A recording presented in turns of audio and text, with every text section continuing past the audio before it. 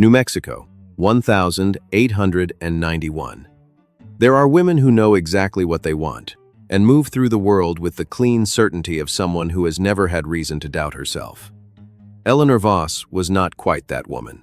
She was 29 years old, and she had arrived in the town of Calla Creek 3 weeks ago with a trunk full of nursing supplies, a letter of appointment from the Territorial Health Office, and a very precise idea of what her life was supposed to look like. The idea was already fraying at the edges, which she had not anticipated. She had come from Santa Fe to fill the position left by Dr. Hargrove, who had retired in April after 30 years of being the only medical person within 40 miles of anything. She was not a doctor. She was a trained nurse with more practical experience than most doctors she had met, which was a fact she kept to herself in professional settings and shared freely in personal ones. She had dark eyes and a direct manner, and the particular quality of someone who does not waste motion, not in her work, not in her words, not in the way she moved through a room. Within 2 weeks, she had reorganized the infirmary, updated the supply ledger, and delivered a breech birth successfully at 2 in the morning in a farmhouse 6 miles outside of town. By the 3rd week, she was the most discussed person in Calla Creek, which was not a difficult achievement in a town of 300.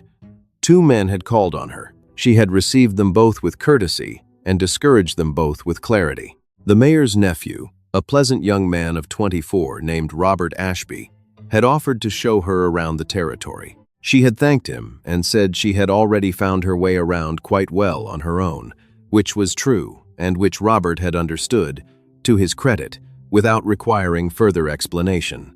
Eleanor noticed none of the talk. She was busy. She met Thomas Garrett because his horse threw him. It was a Tuesday in October, late afternoon, the kind of light that made the Mesa country look like something out of a painting no one had actually painted yet. She was returning from a home visit to the Ray's family on the North Road when she found him sitting on a flat rock 3 miles outside of town, hat in hand, examining a cut on his forearm with the expression of a man who has assessed the damage and found it annoying rather than serious. The horse was standing 20 yards away, looking unconcerned. Eleanor pulled her buggy to a stop. She looked at the man, then at the horse, then back at the man. "Do you need help?" she asked. He looked up. He was somewhere in his late 50s, she registered automatically, the way she registered everything useful first. Broad-shouldered and weathered in the way of men who have spent decades outside, gray at the temples and through the short beard. Eyes, the particular color of creek water in November, gray-green and very still. "I've had worse," he said. "I didn't ask if you'd had worse," she said. "I asked if you need help." He considered her for a moment. "Thomas Garrett," he said. "I run cattle 20 miles west of here." "Eleanor Voss," she said. "I'm the new nurse at Calla Creek." She was already climbing down from the buggy. "Show me the arm." He showed her the arm. It was a clean cut, not deep, already clotting. She cleaned it and bandaged it with the efficient movements of someone who has done this 10,000 times and does not find it remarkable. "Your horse is fine," she said, nodding toward the animal. "I know," he said. "I landed on the rocks." She landed on her feet. "Sensible horse," Eleanor said. The corner of his mouth moved, almost a smile. Almost. She collected her supplies, climbed back into the buggy, and drove on. She did not look back. If she had, she would have seen him watching after her with the expression of a man who has just been surprised by something he can't immediately categorize. She found she was thinking about the color of his eyes on the drive back to town. She attributed this to the unusual quality of the afternoon light and did not think about it further. He came to the infirmary 4 days later to have the bandage changed. This was medically unnecessary, and Eleanor was fairly certain he knew it. She changed the bandage anyway and said nothing about the necessity question. He said nothing either. He paid what she asked, nodded once, and left. The second visit was professionally justifiable. One of his ranch hands had cut himself badly enough on a fence wire to require stitches, and Thomas drove the man in himself rather than sending him alone. He waited on the bench outside the infirmary door for the 40 minutes it took Eleanor to clean and close the wound. When she came out to tell him his man was ready to go, she found Thomas sitting very still in the November sunlight with his hat on his knee, looking at the mountains. "He'll need to keep it clean," she said. "Change the dressing every morning. No heavy work with that hand for 2 weeks." "I'll see to it," Thomas said. There was a pause, the kind that has weight.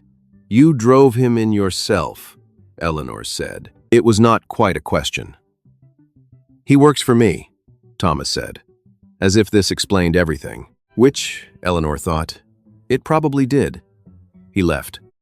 She stood in the doorway and watched his wagon move down the main street of Calla Creek and turn west toward the ranch road and disappear. And she was aware of a feeling she had not had in some time, which she categorized promptly and set aside.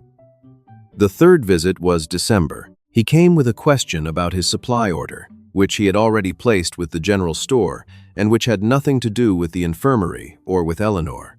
She suspected this was not a coincidence. She chose not to say so. Instead, she made coffee, 2 cups, before she had consciously decided to, and she stood in her small kitchen looking at the 2 cups and thought about what that meant, and decided that what it meant was that she was hospitable by nature, and that was all. She brought the coffee to the front room. He took the cup the way he took everything she'd noticed, without excess, without performance.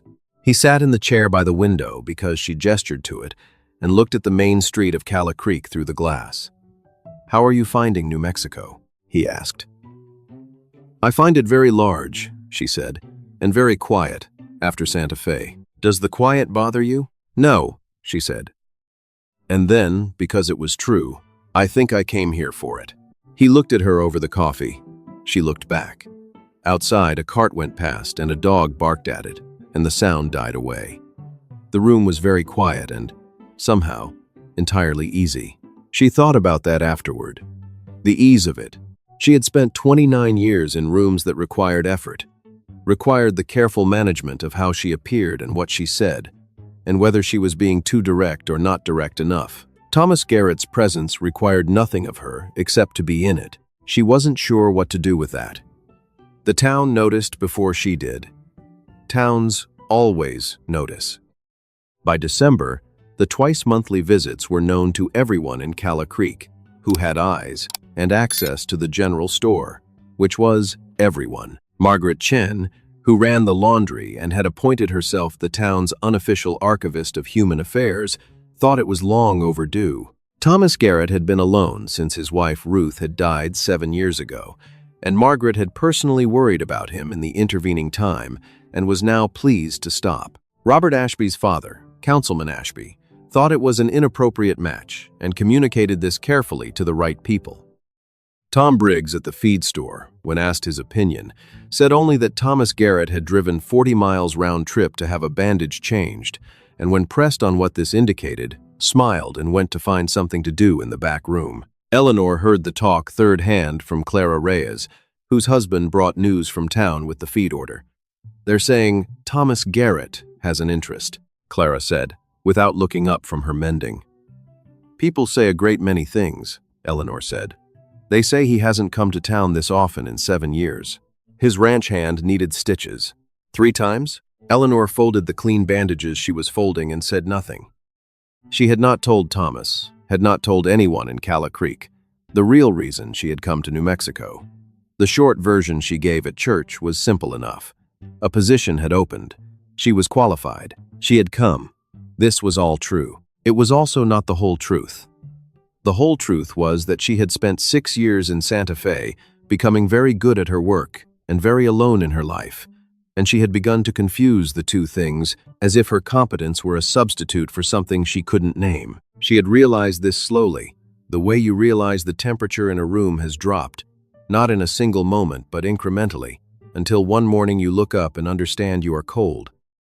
She had come to New Mexico for the position. She had also come because she believed, with the quiet certainty of someone who is trying very hard to believe something, that a change of place might clarify what the change of place was actually for. She had not expected Thomas Garrett. She had especially not expected the specific quality of his attention, the way he listened without composing his response while she spoke, the way he said true things in plain language without decoration, the way he had sat on a bench for 40 minutes in November to make sure a hired hand got home safely, and had acted as though this were simply what a person does.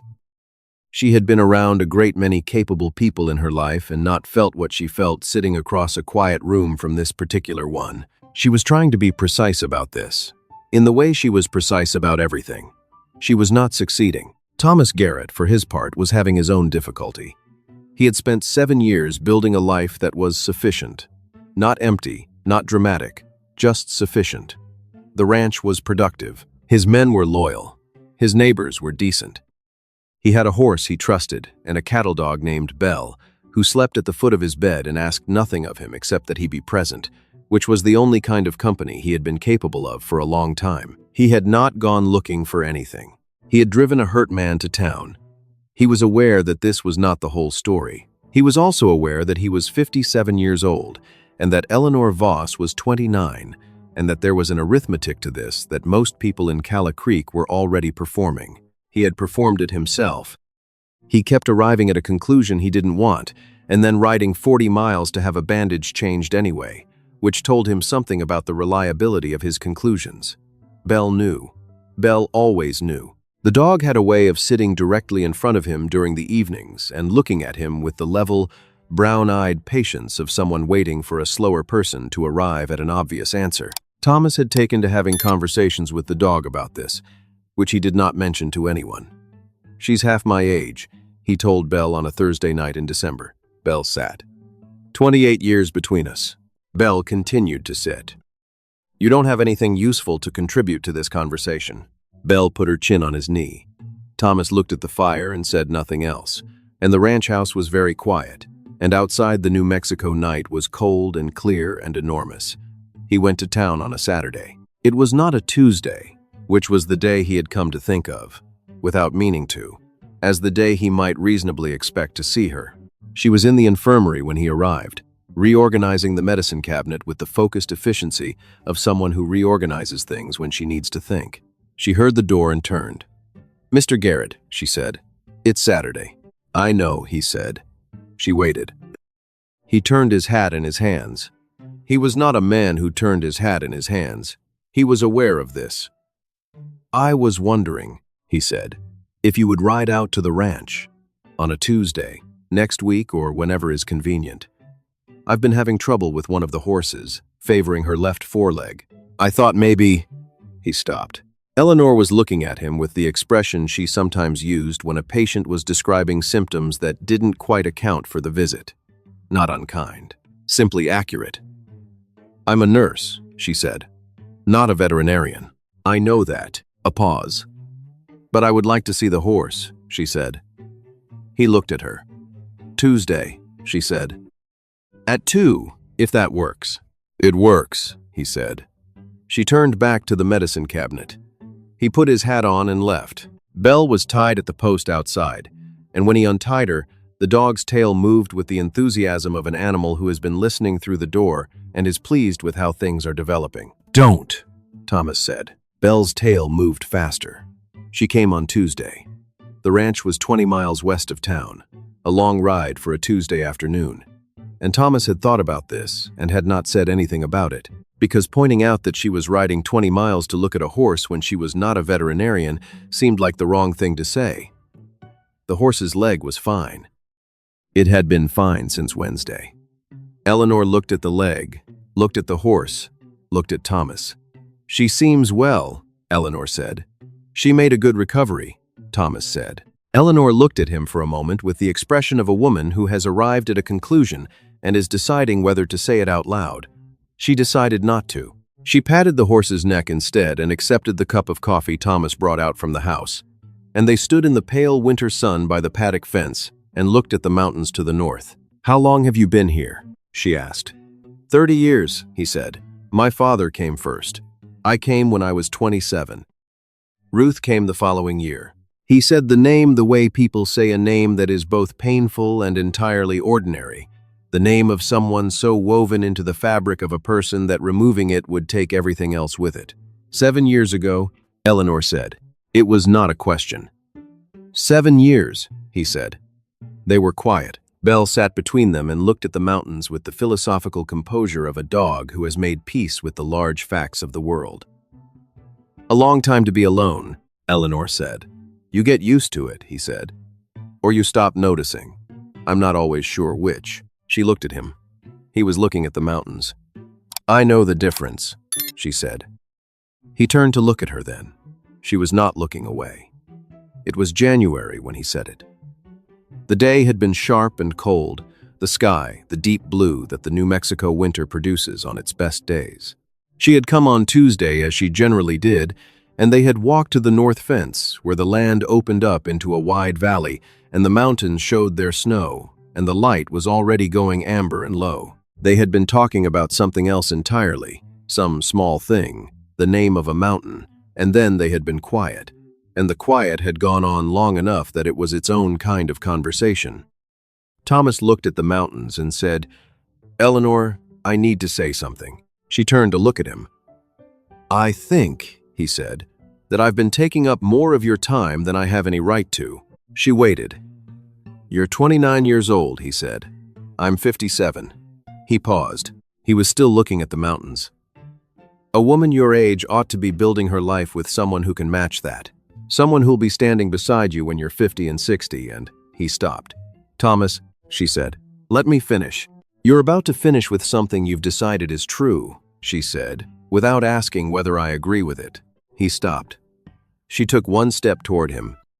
She was looking at him with the direct, steady gaze she used when she had assessed a situation completely and had made her determination and was not interested in an argument with the facts.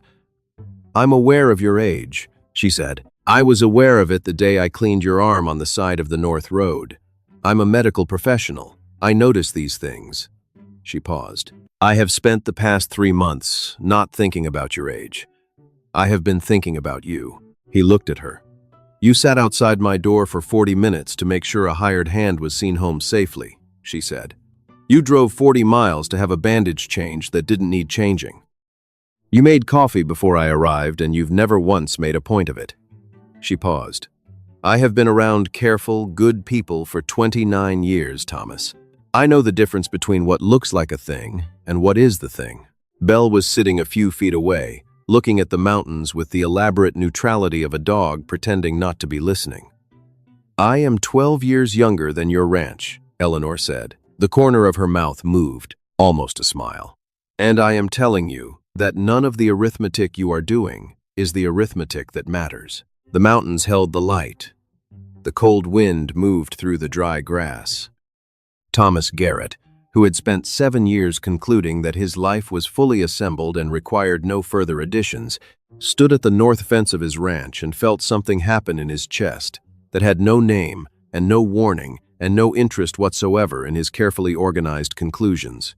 He was quiet for a long time. Belle, sensing the gravity of the moment, walked over and sat directly on his boot, which was the thing she did when she felt he needed anchoring. You don't know everything about me, he said. No, Eleanor said. But I know the important things. She looked at him steadily. I know you are the kind of man who drives a hurt person home. I know you keep your word and your fences in equal repair. I know you listen to what people actually say, not what you're expecting them to say. A pause. I know that in 10 years I'll be 39 and you'll be 67. And if you are half the man at 67 that you are right now, I'll consider it a very fair arrangement. Thomas turned back to the mountains. She told him then about Santa Fe, about the doctor she had worked beside for 3 years. Dr. Warren, respected and kind and 20 years her senior, who had told her clearly that he thought of her as a daughter and that she ought to think carefully about the difference between admiration and love. About learning with some difficulty that he was right. About the year she had spent afterward understanding what she had actually been looking for and why she had mistaken the direction of it. He listened without interrupting. When she finished, he was quiet for a moment. You learned to tell the difference, he said. I learned to tell the difference, she said. A pause. And you've told it, he said. It was not quite a question. She looked at him.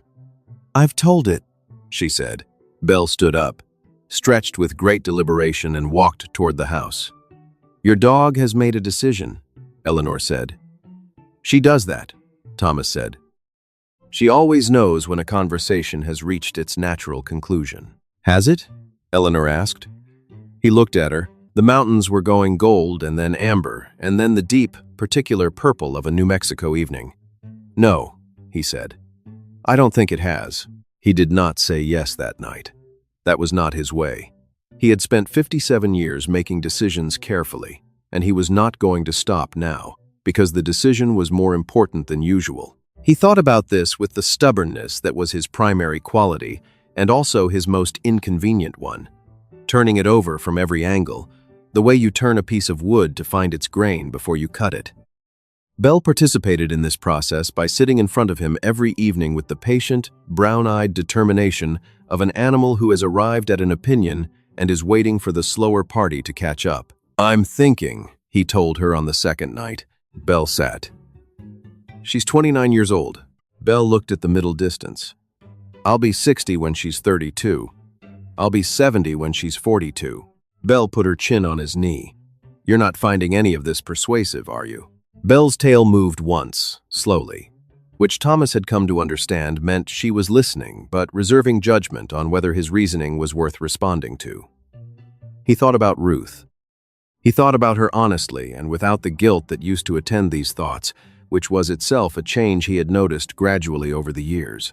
Ruth had been a practical woman with a clear mind and a directness that had startled him when he was young, and that he had come to understand was the most reliable thing about her. She had told him more than once, in her clear and practical way, that the worst thing a person could do was refuse something good because they were afraid of how it looked. He thought about what Eleanor had said at the fence, the arithmetic that matters versus the arithmetic that doesn't. He understood that he had been doing the wrong arithmetic. He had been counting years. Eleanor had been counting something else. The man who drove the hurt hand home, the 2 cups of coffee, the 40 miles on a Tuesday. He understood that he was being offered something real, and that he was spending considerable effort talking himself out of deserving it, which was, as Ruth would have said plainly, the most ridiculous thing she had ever heard of. He rode to town on a Saturday morning. It was not a Tuesday.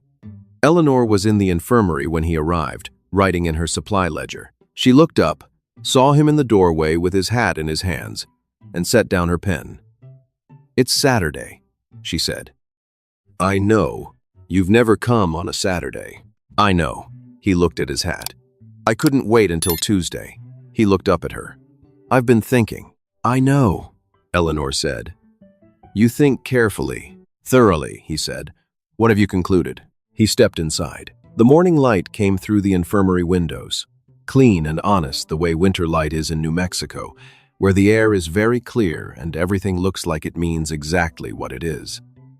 I've concluded, he said, that I have been using reasonable-sounding arguments to avoid an unreasonable outcome. Which outcome? He looked at her. She looked back at him with the steady, direct gaze of a woman who already knows the answer and is waiting for the question to be properly asked. Not asking you to marry me, he said. The infirmary was quiet. Outside, the main street of Calla Creek was beginning its Saturday morning business. A cart went by.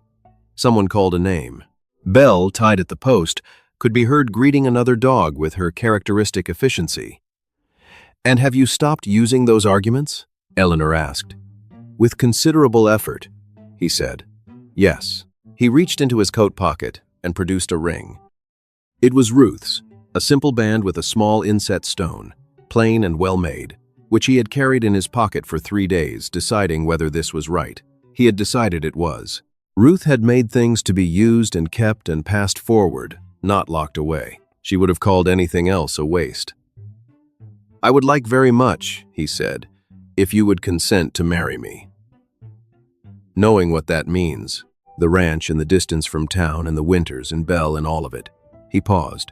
And knowing what I am, which is a 57-year-old man with good fences and strong opinions, and a dog who thinks she runs the operation. Eleanor looked at the ring. She looked at him. She does run the operation, Eleanor said. Largely, Thomas agreed. Eleanor held out her hand. He put the ring on her finger in the clean Saturday morning light, and it fit, which Eleanor later said she had taken as a practical sign. And Thomas later said he had not believed in signs until that moment and had revised his position. Thomas Garrett, Eleanor said, looking at the ring. "You are the most deliberate man I have ever met. Is that a problem?" "It is," she said. "Entirely the opposite of a problem." Outside, Belle's greeting of the other dog had concluded in Belle's favor. She had resumed her post at the door with the quiet authority of an animal whose business is done. They were married in March in the Calla Creek church with more attendants than the building had been designed to comfortably hold.